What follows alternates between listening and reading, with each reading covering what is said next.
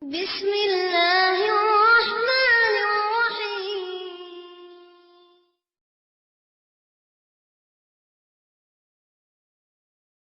Assalamualaikum warahmatullahi wabarakatuh. Selamat datang di channel kami. Jangan lupa like, komen, dan subscribe agar admin lebih semangat. Terima kasih. Bab 286.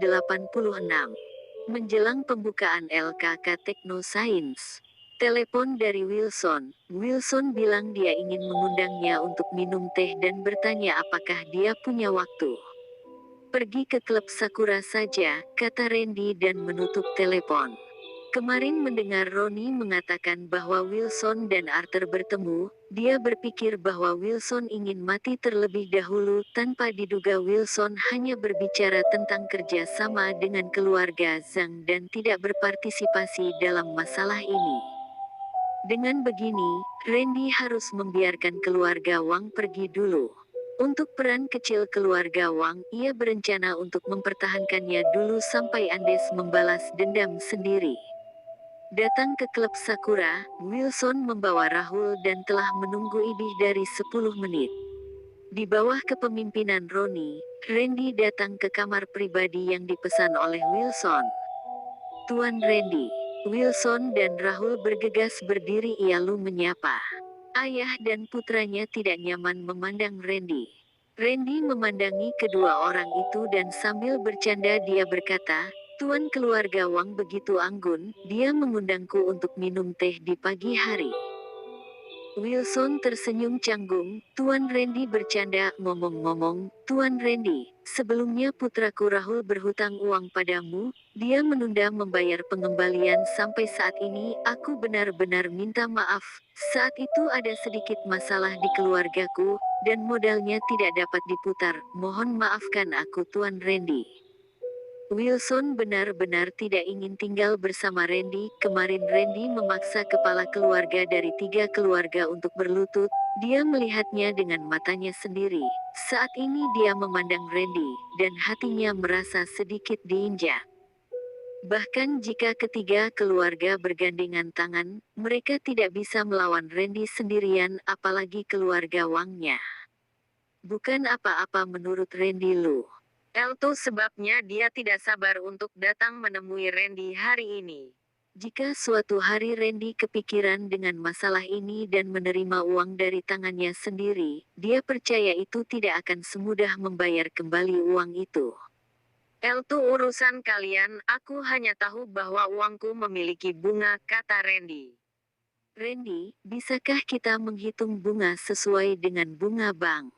Wilson tahu bahwa Randy tidak ingin menerima uangnya sesuai modal. Aku bukan buka bank, mengapa kamu ingin menghitung bunga sesuai dengan bunga bank? Kata Randy sambil bercanda. Wajah Wilson sedikit berubah. Randy ingin memeras uang keluarga Wangnya. Tuan Randy, berapa bunga yang kamu inginkan? Wilson bertanya dengan hati-hati. 1 hari bunganya 0,5%, kamu hitung sendiri, Randy berkata. Bunga ini termasuk bunga riba. Wajah Wilson berubah menjadi jelek, bunga Randy terlalu kejam. Tuan Randy, keluargamu memiliki banyak bisnis, dan kamu tidak mungkin kekurangan uang. Lihatlah, bunga ini bisa tidak dikurangi. Akhir-akhir ini, keluargaku benar-benar mengalami beberapa masalah dan tidak dapat mendapatkan banyak uang. Wilson berkata sambil tersenyum. Randy mengangkat cangkir dan menenggaknya, dia berkata dengan perlahan. Kalian bisa menunggu sampai kalian punya uang dan kemudian mengembalikannya kepadaku. Lagi pula aku tidak terburu-buru untuk menggunakan uang itu. Dia membuat keluarga Wang berpikir, dan wajah Wilson terlihat kusam, seperti menelan lalat. Hatinya berkata kamu membuat bunga sebesar ini, siapa yang mau menggunakannya? Tuan Randy, 0,1% bisa tidak kemampuan kita hanya segini. Wilson berkata. Dia merasa tidak terima, Randy ini benar-benar memeras apa dia mau mengosongkan seluruh kekayaan keluarga Wang, tentu saja, dia terus berusaha untuk mengurangi bunganya. Waktuku terbatas. Jika pemimpin keluarga Wang tidak ingin mengembalikan uang itu, ketika aku punya waktu aku akan mengambilnya secara perlahan. Hari ini aku tidak mau diganggu. Randy berkata lalu dia bangkit dan ingin pergi, dia hanya ingin membunuh keluarga Wang. Keluarga Wang semakin lemah, dia juga secara tidak langsung membantu Andes. Wajah Wilson dan Rahul terlihat pucat ketika mereka melihat bahwa Randy ingin pergi. Jika mereka tidak bisa membicarakannya hari ini, dia percaya bahwa mereka mungkin tidak dapat bernegosiasi dengan Randy lagi setelah itu. Ketika Randy benar-benar turun tangan, maka itu bukan masalah soal bunga lagi. Tuan Randy, tunggu sebentar.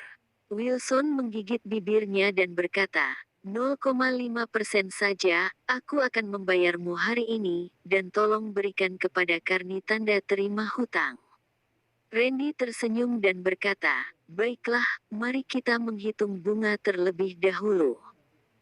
Dia berkata dan duduk lagi, dia mengeluarkan slip tanda terima hutang dan melihat jam, kemudian dia memberitahu Wilson jumlah hari. Satu hari bunganya 0,5%, jangka waktunya setengah tahun, segera bunganya dihitung.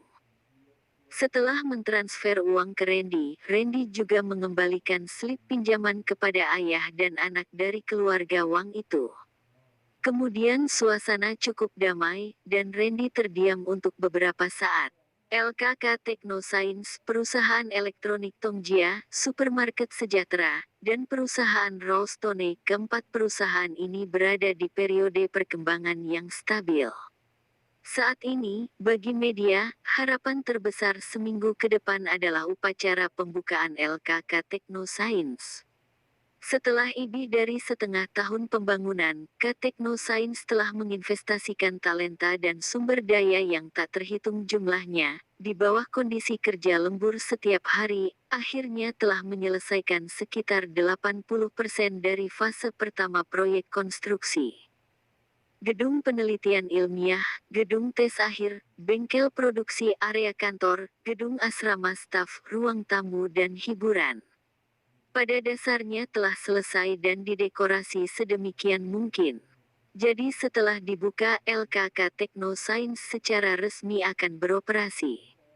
Begitu berita tentang pembukaan LKK Technoscience keluar, segera menarik perhatian semua lapisan masyarakat. K-Technoscience tidak hanya perusahaan Mesa di Yuzu saja, tetapi juga perusahaan Mesa seluruh wilayah barat daya. Orang-orang tidak berharap sesuatu terjadi di luar dugaan. Saat ini, Nicholas secara pribadi mengundang Randy untuk makan malam 2 kali untuk memastikan bahwa LKK Technoscience dapat beroperasi secara normal. Tentu saja, Randy telah memperhatikan masalah di LKK Technoscience pada bulan ini. Dia sering bolak-balik ke LKK Technoscience. Mengapa kamu belum tidur? Besok ada pembukaan, kamu harus pergi ke sana untuk memimpin pekerjaan dan bangun lebih awal. Linda keluar dari kamar mandi dan melihat bahwa Randy masih merokok di ruang tamu. Ya, besok ada pembukaan, tapi kenapa aku merasa sedikit tidak enak? Randy menggosok pelipisnya dan berkata, tidak tahu kenapa, dia tiba-tiba merasa tidak enak hari ini, terutama di malam hari. Perasaan itu menjadi semakin jelas. Dia selalu merasa bahwa sesuatu akan terjadi pada upacara pembukaan besok. Kamu terlalu gugup, meskipun kamu sudah banyak istirahat akhir-akhir ini, tapi kelihatannya kamu masih sangat ialah, beristirahatlah sana, jangan terlalu banyak berpikir.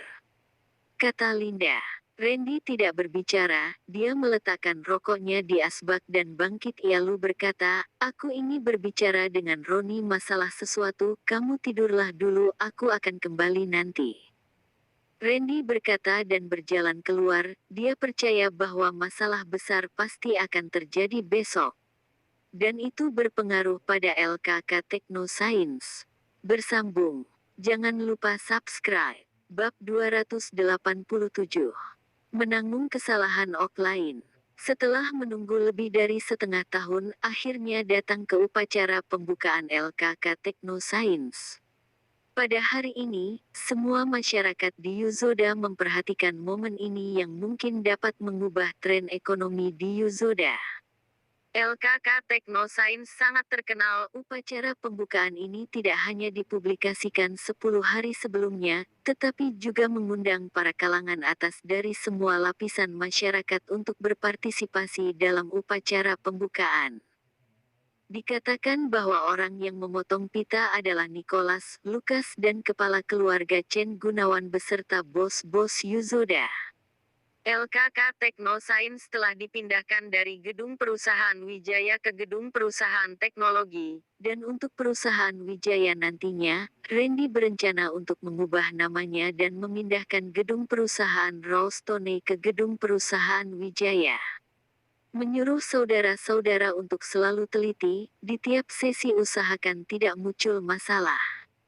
Randy menghampiri Roni dan berkata, tadi malam, dia memiliki firasat buruk, jadi dia pergi untuk berbicara dengan Roni. Dia merasa mungkin ada seseorang akan melakukan sesuatu hari ini, jadi dia meminta Roni untuk memanggil beberapa anak buahnya ke perusahaan teknologi sebagai petugas keamanan untuk sementara waktu. Sebenarnya perusahaan teknologi telah merekrut 100 personel keamanan, tetapi semuanya belum beroperasi. Randy masih sedikit gelisah akan buruk jika ada seseorang masuk untuk mengacaukan ini semua. Hari ini, seluruh pejabat Yuzoda pada dasarnya datang ke perusahaan teknologi, dan tidak boleh ada kesalahan. Jangan khawatir, seluruh pintu masuk perusahaan teknologi ada penjaganya, kata Roni. Pada saat ini, telepon Randy berdering. Dia mengeluarkannya dan melihat bahwa itu adalah telepon dari Robert. Tuan Randy, ada orang yang mencurigakan di CCTV nomor 14. Dia adalah seorang pemuda berkulit hitam dengan membawa ransel panjang di punggungnya. Kemungkinan itu adalah senapan sniper. Oh iya, ada situasi yang serupa pada CCTV nomor 21. Mereka semua menuju ke bagian belakang gunung, kata Robert. Robert adalah seorang pencuri, Randy lah yang merekrutnya. Sebelumnya, dia diminta untuk mengikuti Roni, sekarang dia diminta untuk mengelola pemantauan seluruh bagian perusahaan teknologi. Ini pekerjaan besar dan sulit, sedikit saja ada kecerobohan, maka sangat mudah terjadi kesalahan. Yah, kamu suruh mereka untuk mengawasinya, jika ada situasi apa segera iapor. Randy menutup telepon dan ada aura pembunuh di matanya. Dia berkata kepada Roni, CCTV nomor 14 dan nomor 21 ada penembak jitu. Usahakan untuk tangkap yang hidup, jangan sampai mereka mati. Dia ingin melihat siapa yang masih berani menantangnya setelah 3 kepala keluarga besar berlutut kepadanya. Tentu saja, mungkin saja 3 keluarga besar, mungkin mereka pikir itu terlalu memalukan waktu itu. Kali ini, mereka bersiap membalas Randy. Tapi tidak peduli siapa itu, jika Randy mengetahuinya, Randy pasti tidak akan tinggal diam. CCTV nomor 14 dan nomor 21 berada di sisi kiri dan kanan area kantor perusahaan teknologi. Ada sebuah bukit kecil di kedua sisi bukit. Di bukit dapat melihat situasi area kantor, hanya dalam lingkup senapan sniper. Karena perusahaan teknologi belum sepenuhnya dibangun, dan bangunan di sekitarnya belum dimulai, dan sangat tepat untuk menyediakan lokasi dan visi untuk penembak jitu. Meskipun perusahaan teknologi akan dibuka hari ini, tapi ratusan peneliti ilmiah telah direkrut untuk penelitian dan pengembangan 6 bulan lalu. Kamera CCTV ini adalah produk terbaru yang dikembangkan oleh para ilmuwan. Mereka menggunakan teknologi nano, kualitasnya hanya 10 gram, dan jangkauan pemantauannya lebih dari 3 kali lipat dari kamera biasa. Jangankan orang awam, bahkan para profesional yang maju ke depan sulit menemukan keberadaannya. Itu sebabnya pada saat kedua penembak jitu itu memasuki jangkauan kamera dan mereka tidak menemukan kamera. Roni menyuruh Suandi yang memiliki kekuatan yang sama dengannya. Suandi pergi ke area CCTV nomor 14 dan Roni pergi ke CCTV nomor 21. Keduanya telah memahami tata letak masing-masing area utama perusahaan teknologi saat ini. Bahkan tadi malam ada Randy untuk memeriksanya bersama.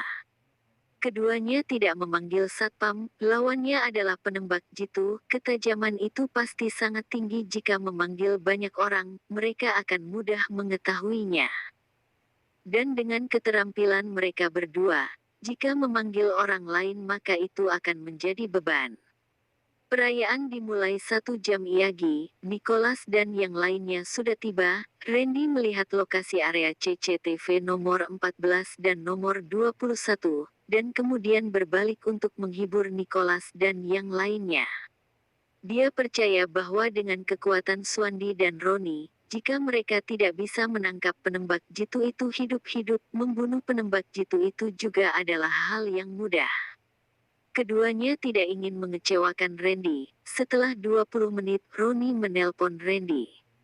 Aku angkat telepon dulu. Randy melihat bahwa Roni yang menelpon, dia melihat dan tersenyum meminta maaf pada Nicholas dan yang lainnya. Sekarang upacara belum dimulai, orang-orang baru saja berkeliling di perusahaan, dan Randy hanya menemani mereka. Setelah Randy pergi, ditemani oleh Wolf dan Jesse, menatap masing-masing departemen yang sedang bersiap untuk pembukaan. Ketika Randy datang ke ruang keamanan, dia melihat bahwa seorang pemuda berpakaian hitam telah diikat. Kedua mulut orang itu berdarah, sangat jelas mereka sangat menderita sebelumnya. Ada pertanyaan, mereka adalah Rizno dan Philip, apakah kamu memprovokasi mereka ketika kamu pergi ke offshore? Roni berkata dan menatap Randy dengan rasa ingin tahu. Randy tertegun, dan kemudian segera mengerti bahwa ketika dia pergi ke offshore untuk berpartisipasi dalam kompetisi batu judi, Lani membunuh Peter dan Sally tanpa diduga. Kedua keluarga menganggapnya sebagai pembunuh. Elni benar-benar masalah buruk, tak disangka dia dikambing hitamkan. Elni kesalahpahaman, aku menanggung kesalahan orang lain. Kamu suruh seseorang untuk memeriksa apakah mereka ada di Yuzoda atau tidak. Aku ingin berbicara dengan mereka. Randy pasti tidak akan membantu Lani untuk menanggung kesalahannya. Jangan katakan bahwa dia tidak memiliki kesan baik kepada Lani. Bahkan jika dia memiliki kesan yang baik dengan Lani, dia juga tidak mungkin menanggung kesalahan yang bukan dia buat. Bukannya dia takut pada Rizno dan Philip, ini masalah prinsip. Yah, bagaimana dengan kedua orang ini? Roni mengangguk dan bertanya. Randy merenung dan berkata, berikan kepada polisi dan biarkan mereka menyelidikkan perlahan-lahan. Selama ada 2 senapan sniper, percayalah mereka pasti bisa mengetahui kekuatan di belakang mereka berdua. Roni berkata iya, memanggil beberapa pria besar, membuat kesepakatan dengan mereka, dan kemudian menyeret kedua orang muda itu keluar. Kalau begitu pergilah dan lakukan pekerjaanmu, ini akan buka 1/2 jam lagi, aku akan membawa mereka dan memeriksa situasi di daerah Iein. Kata Roni. Randy mengangguk dan meninggalkan ruang keamanan. Setelah mengetahui siapa pihak lawannya, kekhawatiran Randy telah menghilang. Jika ada kesalahan hari ini, itu pasti akan berdampak buruk pada perusahaan.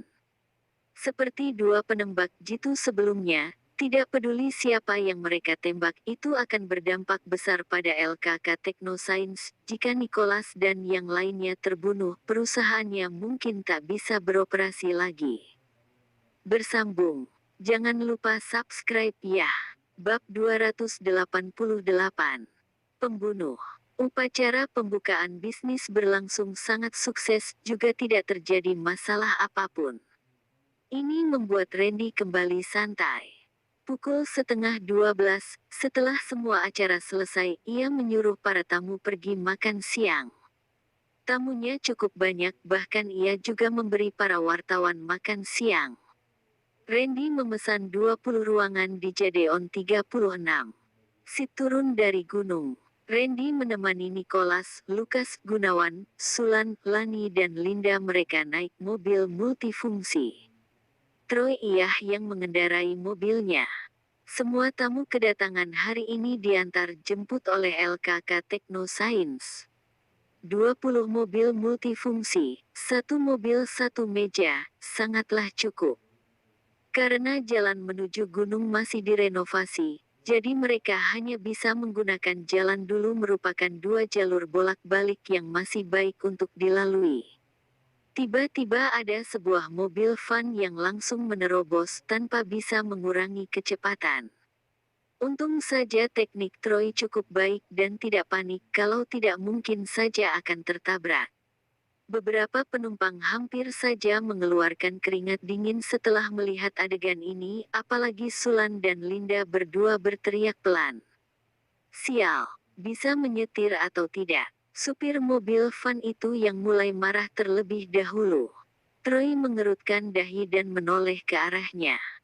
Lalu di saat ini, ada seorang petani tua tiba-tiba muncul di depan mobil dan sengaja menabrak dirinya ke mobil. Hati-hati, teriak Randy yang duduk di kursi penumpang. Troy terkejut dan langsung menginjak rem tapi ia tetap telat. Petani tua itu telah menabrak dirinya dan terjatuh di tanah. Sedangkan mobil van itu juga berhenti. Tatapan marah Troy sedikit takut dan ingin turun mobil melihat keadaannya. Lagi pula di mobil ini juga ada Nicholas mereka, jadi ia harus berani. Jangan peduli ia. Sedangkan Randy menarik Troy yang ingin turun mobil. Beberapa orang yang di belakang mengangkat alis. Bagaimana mungkin tidak mempedulikannya, apalagi itu adalah orang tua. Banyak orang menatap Randy bingung. Bagaimana boleh seperti itu? Kalaupun ia sengaja ingin meminta uang, seharusnya kita juga turun melihat kondisinya, ujar Linda. Ikuti saja kata-kataku. Orang tua itu aneh, ujar Randy menggelengkan kepalanya. Linda berkerut alis, tidak tahu mengapa Randy seperti itu.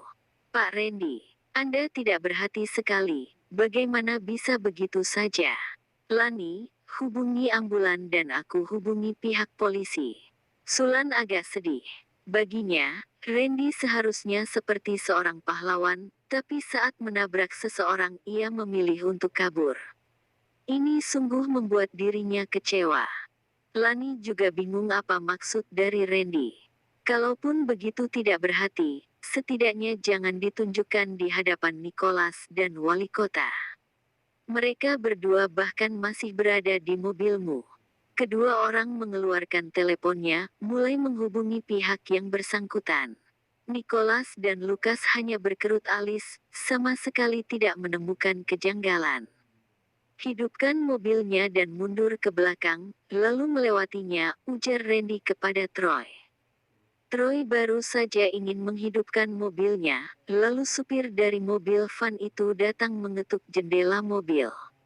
Sial, kalian tidak peduli setelah menabrak orang. Teriak pemuda itu sambil mengetuk jendela mobil. Raut wajah Nicholas mereka yang berada di mobil agak canggung. Kalian itu orang atau bukan? Masih saja ingin kabur setelah menabrak orang. Ujar pemuda itu lagi. Sulan tidak dapat menahannya lagi. Ia lalu membuka pintu mobil untuk melihat orang tua yang tertabrak. Lalu di saat ini, tatapan pemuda itu mulai berbeda dan tiba-tiba mengeluarkan sebuah pisau. Pisau itu diarahkan ke dahi Sulan. Para penumpang di mobil mematung. Walaupun Sulan bisa bela diri, tetapi dalam jarak yang begitu dekat ia juga sama sekali tidak bisa bereaksi, begitu pula dengan Lani yang berada di sampingnya. Saat semua orang mengira Sulan akan mati, tiba-tiba ada sebuah tangan yang terjulur ke depan dan memegang pergelangan tangan pemuda itu. Saat itu, pisau itu hanya tersisa 5-6 cm dari dahi Sulan, hampir saja dahinya sudah mau tertusuk. Randy Iyah yang memegang pergelangan tangan anak muda itu. Sebelumnya ia juga merasa pemuda ini janggal dan terus menatap pemuda itu. Ternyata benar bahwa pemuda itu adalah pembunuh. Craig, Randy mengeluarkan tenaganya dan langsung mematahkan pemuda itu. Pemuda ini berteriak. Pisau di tangan pemuda itu langsung terjatuh di kaki Sulan dan sisi tajamnya tertusuk ke paha Sulan. Di waktu seperti ini, Lani yang di samping melemparkan telepon di tangannya dan menangkap pisaunya agar Sulan terhindar ditusuk oleh pisau. Sedangkan saat ini orang-orang di dalam mobil tiba-tiba melihat petani tua itu sedang mengarahkan pisau ke Randy. Hati-hati, teriak Linda. Saat ini Randy sedang memegang erat tangan pemuda itu, biasanya akan susah untuk menghindari keadaan ini. Semua orang khawatir kepadanya, bahkan Troy juga tidak dapat bereaksi. Sebentar lagi pisau di tangan petani tua itu akan menusuk ke arah Randy. Tiba-tiba, Randy melepaskan tangan pemuda itu dan mendorong pintu mobil. Bang! Pintu terbuka sangat tiba-tiba dan petani tua tidak menyadarinya, sehingga langsung tertabrak melayang. Randy langsung turun dari mobil. Lalu di saat ini, terdengar suara tembakan. Tanpa berpikir banyak, Randy menarik pemuda itu untuk menghindari peluru. Dor! Peluru itu langsung tertembak ke dahi pemuda itu dan darah mulai bercucuran. Tutup pintu mobil dan jendela.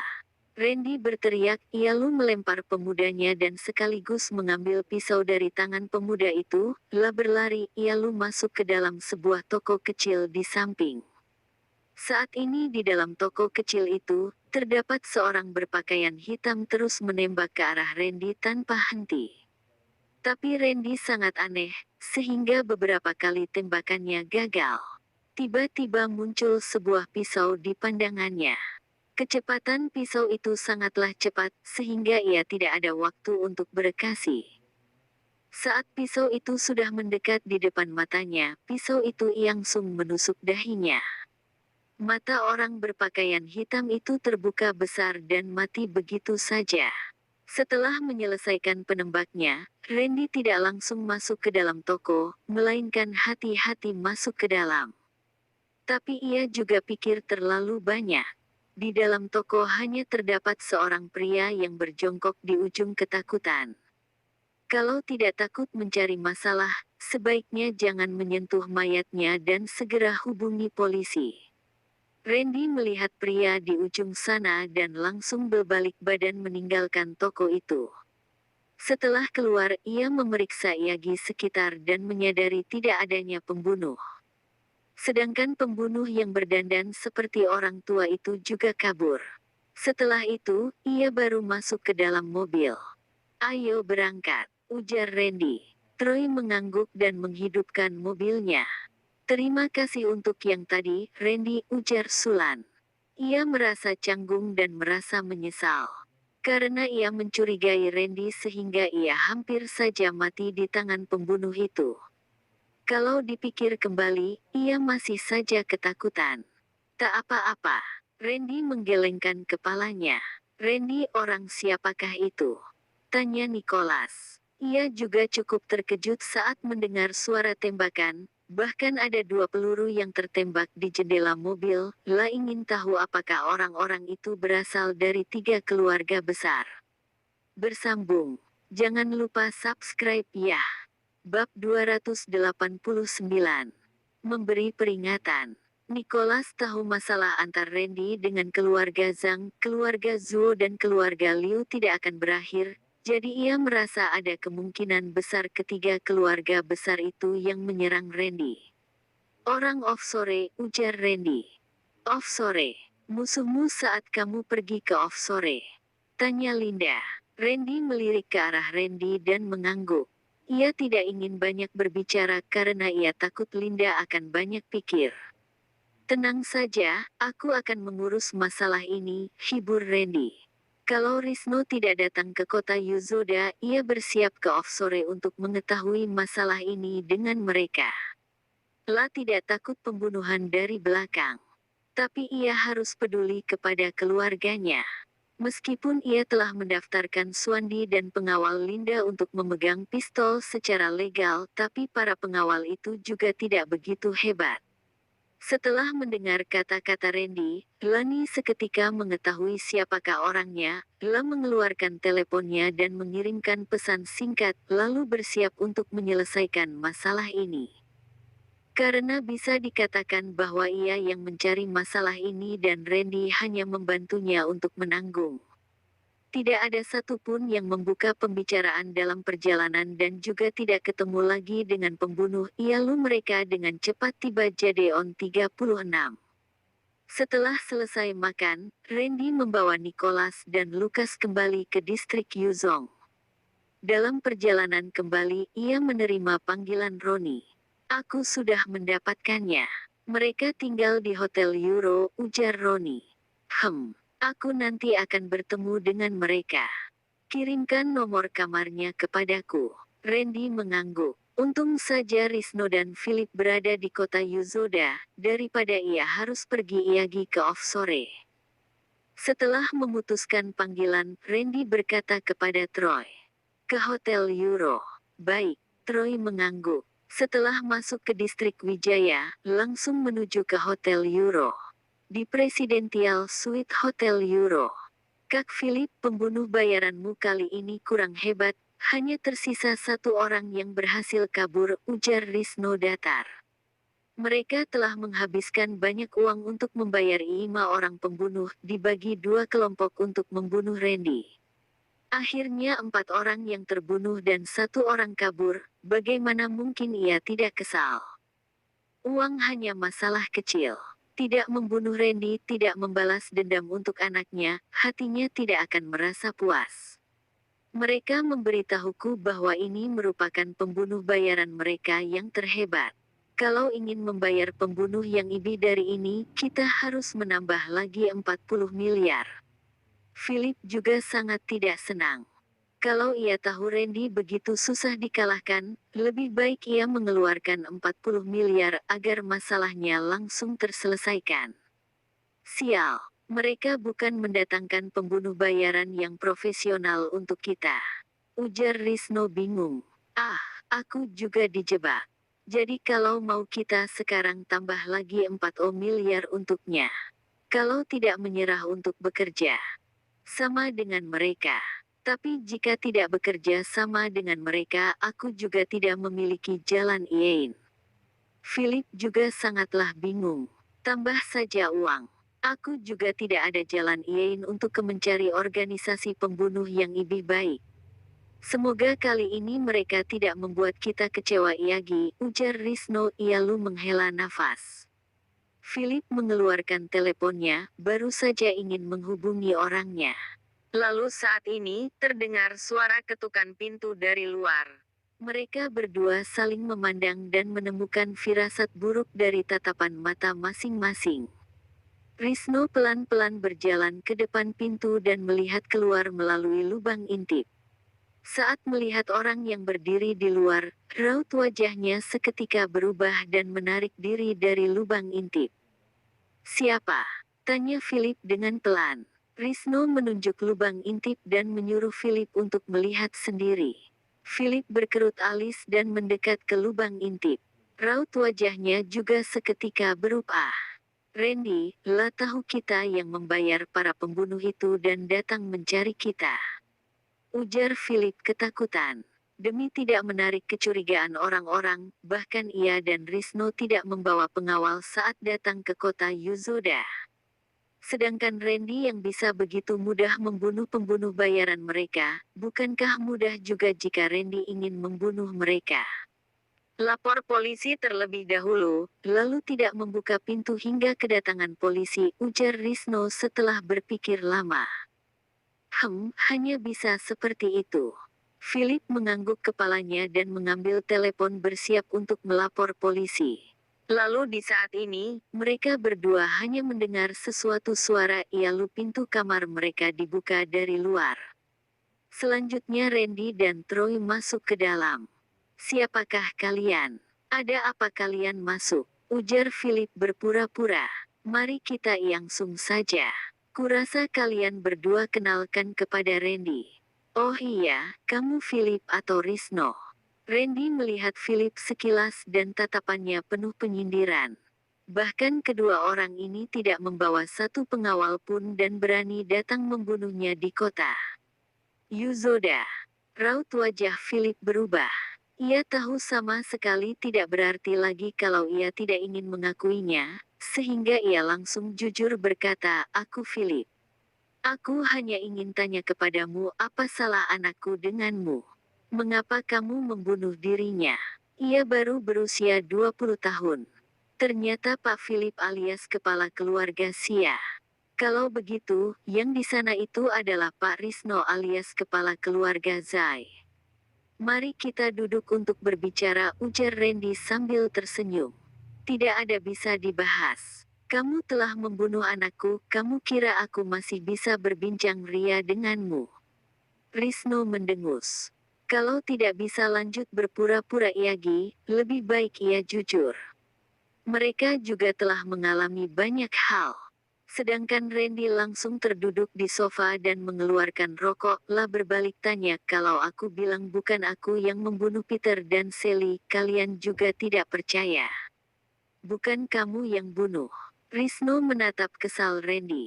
"Kamu mengira kita adalah anak kecil. Kalian bertengkar di pesawat, lalu bertengkar lagi setelah turun dari pesawat. Akhirnya kalian meninggalkan pesawat dan anakku membawa orang untuk menunggu kalian di Hotel Highlighton. Hingga malam anakku dan Sally terbunuh di luar sana. Kamu masih ingin berpura-pura. Apalagi setahuku, meskipun Peter agak tidak sopan, tapi ia sama sekali tidak pernah mencari masalah dengan siapapun di offshore.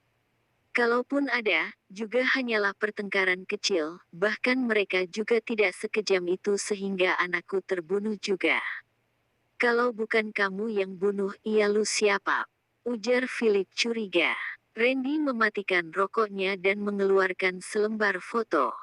Letakkan foto di atas meja dan berkata, "Aku tidak peduli kalian percaya atau tidak. Aku tidak membunuh mereka berdua. Kalau kalian ingin membalas dendam, carilah wanita yang ada di atas foto ini. Kalau kalian mencari masalahku lagi, aku pasti akan ke offshore untuk membunuh kalian." Petik 2. Selanjutnya Randy membawa Troy keluar dari ruangan dan meninggalkan Philip dan Risno yang berkerut alis, susah untuk mengambil keputusan. Bukankah wanita ini yang bersama dengannya? Jangan-jangan ia yang membunuhnya, ujar Philip berkerut alis sambil mengambil foto Lani di atas meja. Risno juga ikut berkerut alis. Firasatnya memberitahu bahwa Randy ingin menuduh Lani, lalu membuat keluarga Lan di Central Plains bermusuhan dengan mereka. Jangan percaya kepadanya. Wanita ini adalah orang keluarga Lan dari Central Plains, lah tidak ada alasan untuk membunuh anakku apalagi anakmu. Lagi pula bukannya mereka bilang saat di pesawat anakku mencari masalah dengan Randy, kita tidak boleh tertipu olehnya, ujar Risno tegas. Bersambung. Jangan lupa subscribe ya. Bab 290. Menuduh.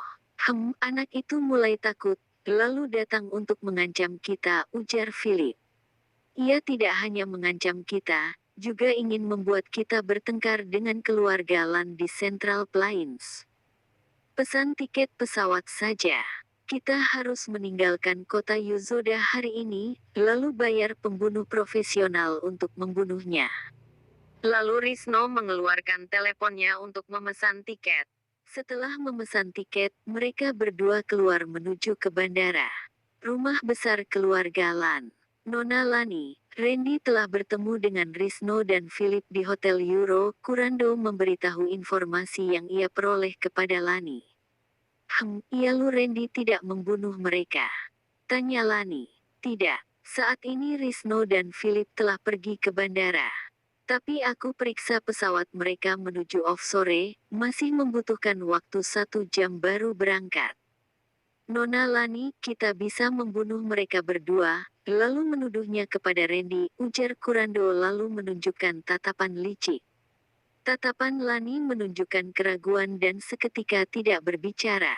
Nona, keluarga utama Lansana telah berkata bahwa mereka sangat tertarik dengan LKK Technoscience milik Randy dan menyuruh kita segera merebutnya.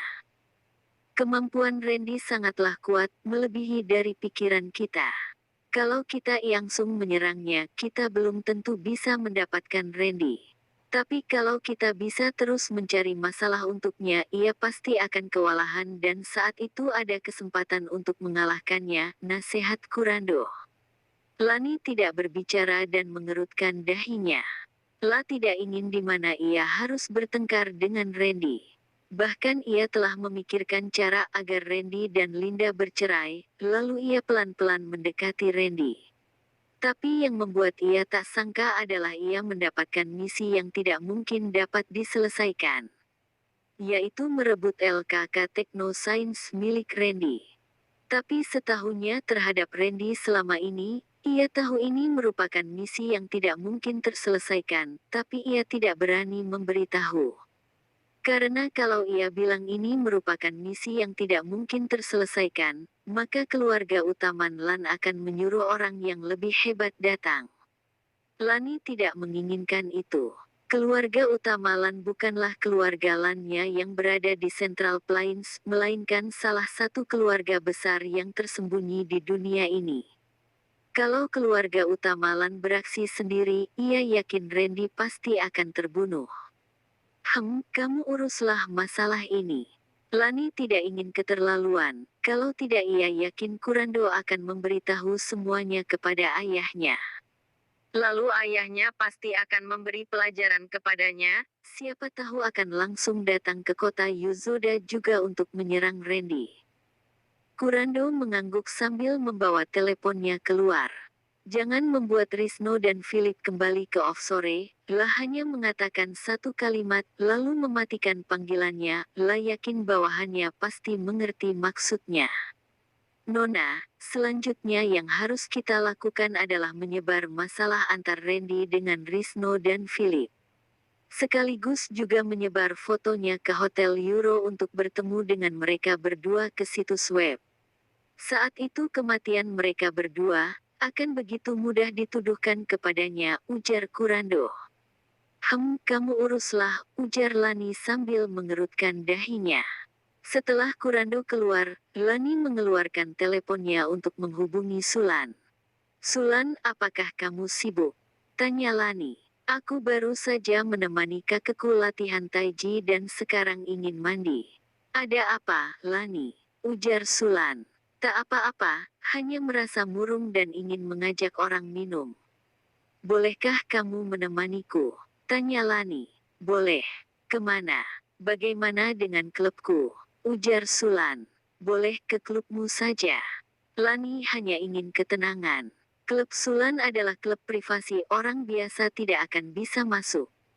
0K, kalau begitu aku akan kesan setelah selesai mandi. Kamu pergi dulu saja, ujar Sulan. Lani memutuskan panggilan lalu berangkat menuju klub Sulan. Setelah kepergian Randy dari Hotel Euro, ia langsung pulang. Untuk Risno dan Philip, ia telah memberi kesempatan untuk mereka. Kalau mereka tidak ingin mengambilnya dan masih ada kali selanjutnya, ia pasti akan mengikuti janjinya untuk membunuh mereka. Untuk sifatnya, kalaupun harus ke offshore, ia pasti tidak merelakannya. Sore pukul 6, Randy pergi masak di dapur seperti biasanya. Ia suka masak sendiri, dibanding makan di luar. Ayah, teleponmu berdering. Kiki mengambil telepon Randy dan berlari menuju ke dapur.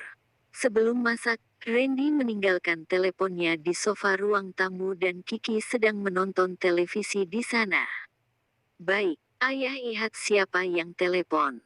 Randy mengelap tangannya dan menerima teleponnya, lihat Roni yang menghubunginya. Roni, ujar Randy setelah mengangkatnya. Risno dan Philip meninggal, ujar Roni. Meninggal. Randy terkejut dan merubah posisi teleponnya. Kapan itu terjadi? 1 jam yang lalu, ditembak di bandara. Pihak polisi sedang mencari pembunuhnya, tapi sepertinya belum tertemu, ujar Roni. Mati juga baik. Daripada aku harus turun tangan, ujar Randy biasa saja. Hanya saja sekarang ada orang yang menyebar fotomu bertemu dengan mereka berdua di Hotel Euro. Sepertinya orang ini menuduh masalah ini kepadamu.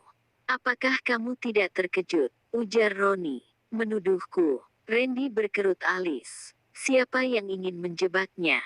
Aku telah menyuruh orang untuk memeriksa masalah ini. Pikir kembali, kamu mencari masalah dengan siapa? Ujar Roni.